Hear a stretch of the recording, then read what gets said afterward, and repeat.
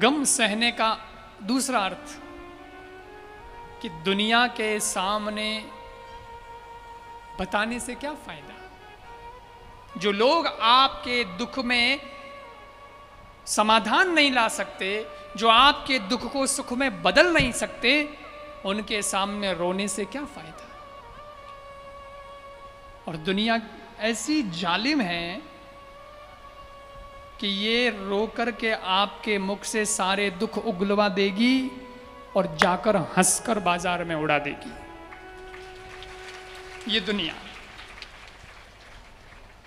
लोग इसलिए नहीं आते दुख सुनने के लिए कि बेचारा वो दुखी है, कुछ मदद करें। इसलिए आते हैं कि इससे सारी बातें निकलवाओ। अभी तो ये इमोशनल हो गया है, कह देगा, और सब कहने के बाद में सारी बातें अपने पास आ गई, अब जाके इसकी बेइज्जती कर दो, ऐसा हो तो ऐडो है तो। और याद रखना, बाहर से टूटा हुआ आदमी फिर भी संभल जाता है, अंदर से टूटा आदमी कभी नहीं संभलता। तो दुनिया के सामने आंसू बा बा करके ये क्यों बताते हो कि मैं टूट गई हूं, मैं टूट गया हूं, मैं टूट गई, मैं टूट गया। क्यों बताना, क्यों? दुनिया के सामने तो इतना मजबूत रहना कि अगले को अभी तक भी ये होना चाहिए कि अगला बहुत मजबूत है। लोग कहते हैं फिर भी महाराज बीतती है तो आंखों में आंसू तो आते हैं, क्या करें, आंसू तो आ जाते हैं, रोना तो आ जाता है। मैं कहता हूं रो सिर्फ दो जगह, या तो अपने गुरु के पास या भगवान के पास, क्योंकि वहां से समाधान निकलेगा। दुनिया के सामने रोने से क्या होगा। दुनिया के सामने बहुत ज्यादा तकलीफ हो और नहीं रहा जा रहा, जाना किसी भगवान के मंदिर में, जिस मंदिर में आपकी आस्था है, आपके दिल का जुड़ाव है, और वहां जाकर के मंदिर के किसी कोने में अकेले बैठकर छुप छुप के रो लेना। दुनिया न देखे, दुनिया को दिखाना भी नहीं है, पर भगवान ने जिस दिन तुम्हारे आंख के आंसू देख लिए, वो पहुंचने की व्यवस्था कर देगा, वो कर देगा। दुनिया के सामने नहीं रोना, अच्छा नहीं लगता।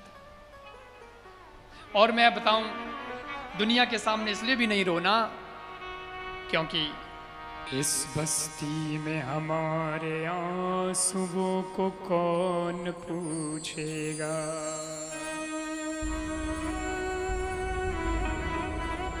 कोई पहुंचने वाला ही नहीं है। इस बस्ती में हमारे आंसुओं को कौन पूछेगा। इसलिए अगर बिछड़ना भी हो तो हंस करके जाना, रूठ करके रो करके गए तो दुनिया रोने का सबब पूछेगी। अरे रोए की करे भाई, कहीं हो कहीं भी हो, ये तारे कहीं भी हो। इस बस्ती में हमारे आंसुओं को कौन पूछेगा।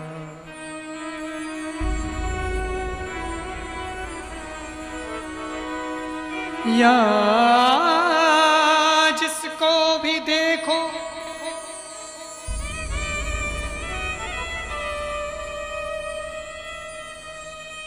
उसका दामन भीगा सा लगता है,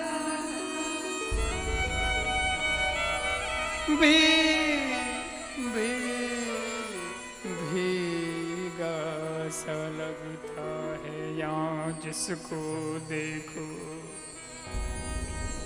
उसका दामन भीगा सा लगता है, भीगा।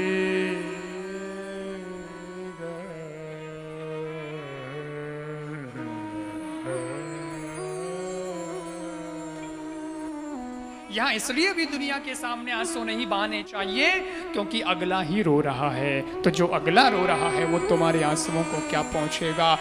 जो हंस रहा है, मुस्कुरा रहा है, जिसके पास सुख और आनंद का अनुभव है, जाकर उसके सामने रोना, जाओगे रोते हुए पर लौटोगे हंसते हुए।